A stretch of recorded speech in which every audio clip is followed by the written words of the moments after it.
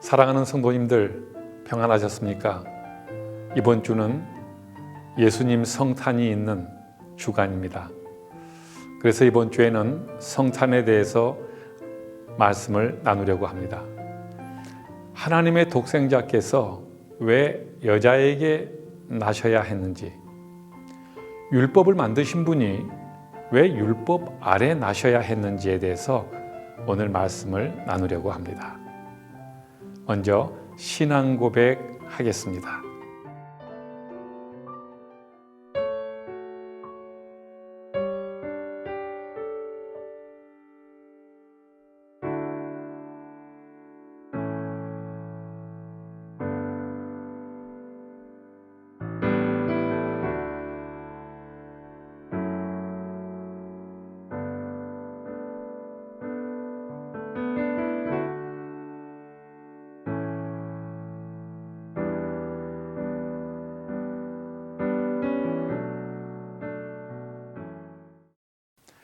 찬송 108장 그 어린 주 예수를 함께 부르겠습니다.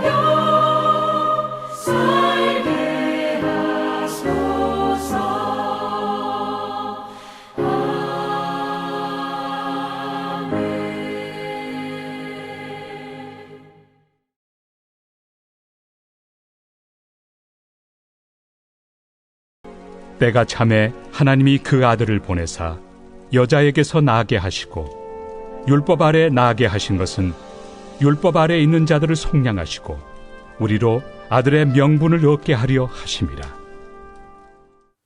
어느 부모라도 위험한 전쟁터에 아들을 보내려고 하지는 않을 것입니다. 그것이 인간의 인지상정입니다. 만약 그런 분이 있다면 존경을 받을 것입니다. 우리 6.25 전쟁 때 참전했던 미군 중에서 장성의 자녀들이 142명, 그 중에 35명이 죽거나 실종되었거나 부상되었다고 합니다. 특히 제임스 벤 플리트 장군은 1951년에 미 8군 총사령관으로 부임했습니다. 결혼 10년 만에 얻은 외아들 지미 벤 블리트 중위는 미군의 해외 복무 규정상으로 참전하지 않아도 되는데도 불구하고 탄원서까지 써가며 자원해서 참전했다가 1952년 임무를 수행하는 도중에 실종되었습니다. 하나밖에 없는 아들을 전쟁터에 내보낸 그 장군은 존경을 받아 마땅합니다. 그런데 하나님의 유일하신 독생자께서 죄인들을 위해서 죽으시도록 이 땅에 보내셨다면 그 큰 사랑에 대해서는 영원한 영광을 받아야 될 것입니다. 그 아들을 보내신 하나님은 우리의 영원한 영광의 대상입니다. 4절에서 여자에게서 나게 하셨다고 말씀합니다. 왜 굳이 하나님이 육신이 필요하냐고 묻는 사람도 있을 겁니다. 그것은 아담이 육신으로 죄를 범했으므로 그 죄의 대가를 육신에 물어야 하기 때문입니다. 육신이 연약하여 실패했으므로 여자의 후손, 즉 육신이 와서 속죄해야만 한다는 대표성의 원리 때문입니다. 로마서 8장 3절 말씀은 율법이 육신으로 말미암아 연약하여 할 수 없는 그것을 하나님은 하시나니 곧 죄로 말미암아 자기 아들을 죄 있는 육신의 모양으로 보내어 육신의 죄를 정하셨다고 말씀합니다. 여자에게서 나게 하시고는 예수 그리스도는 완전한 하나님으로서 신성을 소유하셨음에도 또 완전한 인성을 가지신 분이라는 뜻입니다.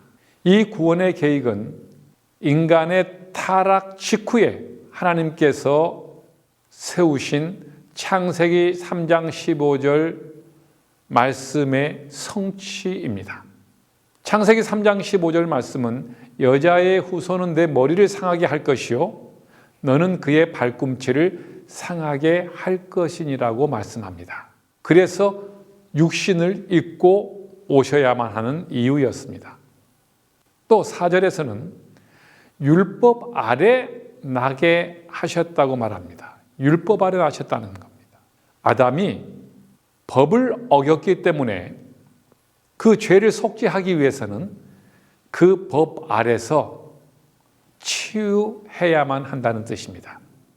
법을 어긴 죄를 속죄하기 위해서는 법을 만드신 하나님이시지만 그 율법 아래서 율법이 요구하는 것을 이루어야 하기 때문에 율법 아래 나셔야 하는 이유였습니다.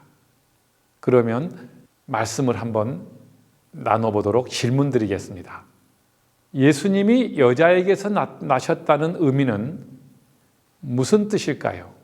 그리고 율법 아래 나셨다는 뜻에 대해서 함께 말씀을 나누어 보도록 해보십시오. 오늘 말씀에 여자에게서 나심은 아담이 육신으로 죄를 지었기 때문에 육신으로 그 죄를 치유해야 된다는 뜻입니다.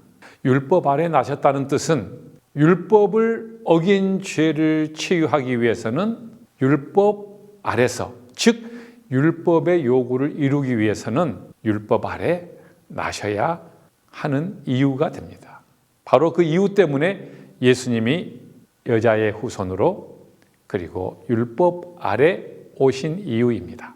오늘 본문 말씀 5절에서는 율법 아래 있는 자들을 속량하시고 우리로 아들의 명분을 얻게 하려 하심이라고 말씀합니다. 오늘 중요한 단어가 나오는데 우리 기독교에서 가장 중요한 단어 중에 하나입니다. 속량입니다. 몸값을 치르고 노비의 신분에서 풀려나 양민이 된다는 뜻이 속량입니다. 노예에게 양민의 신분을 주려면 그 노예의 몸값을 치르고 그 노예를 사야 합니다. 그때 치르는 돈을 속전이라고 부릅니다. 속량을 위해서 지불하는 대가, 그것이 속전입니다.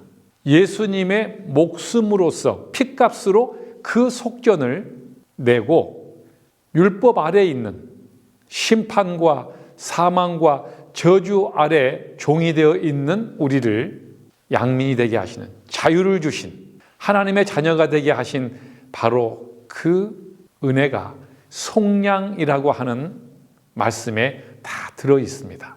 기독교의 가장 보물 같은 단어입니다. 마태복음 20장 28절에서는 인자가 온 것은 섬김을 받으려 함이 아니라 도리어 섬기려 하고 자기 목숨을 많은 사람의 대속물, 즉 속전으로 주려 함이니라고 말씀합니다. 이제 속전을 주고 자유롭게 한 우리는 죄의 종이었던 신분에서 완전히 노임을 받고 해방되었습니다. 이제는 율법의 종 혹은 마귀의 종이 아니라 하나님의 종이 되고 나아가서 하나님의 자녀가 되었다는 뜻입니다. 속량해 주신 결과이고 속전을 내어주신 결과입니다. 바로 이 위대한 일을 하시기 위해서 예수님께서 이 땅에 성육신으로 오셔야만 했던 이유입니다. 5절에서는 율법 아래 있는 자들을 속량하시고 우리로 아들의 명분을 얻게 하려 하심이라고 말씀합니다.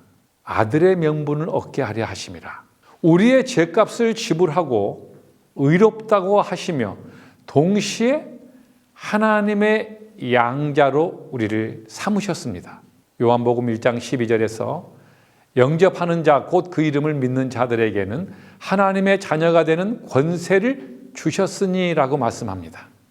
예수님을 영접하고 믿는 자들은 이제 하나님의 가족이 되었다는 뜻입니다. 죄인에서, 죄의 종에서 사망과 저주에 놓여 있었던 비천했던 신분에서 하늘의 하나님의 가족이 되고 양자가 되고 양녀가 된 겁니다. 이 엄청난 은혜의 시작은 예수 그리스도께서 이 땅에 성탄하신 그때부터 시작이 됩니다. 이 엄청난 은혜의 근거는 예수 그리스도라는 뜻입니다. 그래서 성탄은 모든 인류가 그분께 경배해야만 하는 이유입니다. 말씀을 나눠보겠습니다. 기독교에서 가장 중요한 단어 중에 하나인 속량 그리고 속전의 의미에 대해서 함께 생각해 보시고 말씀을 나눠보시기 바랍니다. 우리를 속량하시기 위해 예수님이 지불한 속전은 무엇이었습니까? 오늘 말씀드린 대로 속량은 죄의 종에서 자유케 해 주셔서 양민, 자유인이 되는 것이고 그 양인이 되기 위해서 그 노예를, 그 종을 사기 위해서 지불한 몸값을 속전이라 말씀합니다. 그 속전은, 그 대가는 예수님의 생명값이며 예수님이 십자가에서 흘리신 피의 값이었습니다. 사랑하는 성도님들, 성탄을 맞이합니다. 매번 돌아오는 또 한 번의 성탄이겠지 할 수도 있으시겠죠. 그러나 우리는 달라야 합니다. 이 두려움과 고난과 환난이 있는 세상에 거기에 죽음과 저주와 심판 아래 살아가던 온 인류를 속량하기 위해 예수님이 오셨습니다. 그리고 그 죄인들을 죄만 용서해 주신 것이 아니라 하늘의 하나님의 가족이 되게 하시기 위해서입니다. 이 위대한 복음은 성탄에서부터 시작이 됩니다. 예수님께서 육신을 입고 이 초라한 남루한 죄인들이 사는 세상에 오신 날은 인류에게 가장 큰 희망이었으며 축복이 되는 날이었습니다. 이 날을 기념하고 감사하며 경배하는 날이 바로 성탄절입니다. 성탄절이 없는 기독교는 있을 수가 없습니다. 이 성탄에 이 복음 없이 살아가는 사람들에게, 소망 없이 살아가는 사람들에게 성탄의 기쁜 소식을 전하는 것이 교회와 우리 성도님들이 하셔야 되는 일입니다. 탄식과 슬픔과 갈등이 가득한 이 땅에 오셔서 우리에게 슬픔의 옷을 벗기시고 기쁨의 띠를 띄우도록 우리의 삶을 바꾸어 놓으신, 우리의 운명을 종에서 하늘의 하나님의 가족이 되게 하신, 운명으로 바꿔 놓으신 이 위대하신 축복의 날이 바로 성탄으로부터 시작합니다. 근본 성탄절에는 이 은혜를 더 깊이 감사하시고 또 이웃들에게, 낙심하는 성도들에게, 목장 식구들에게 전파해 주시고 격려해 주시고 그 축복을 나누시는 의미 있는 성탄절이 되기를 간절히 축복합니다. 이제 찬송가 122장을 함께 부르면서 하나님 앞에 예물 드리겠습니다.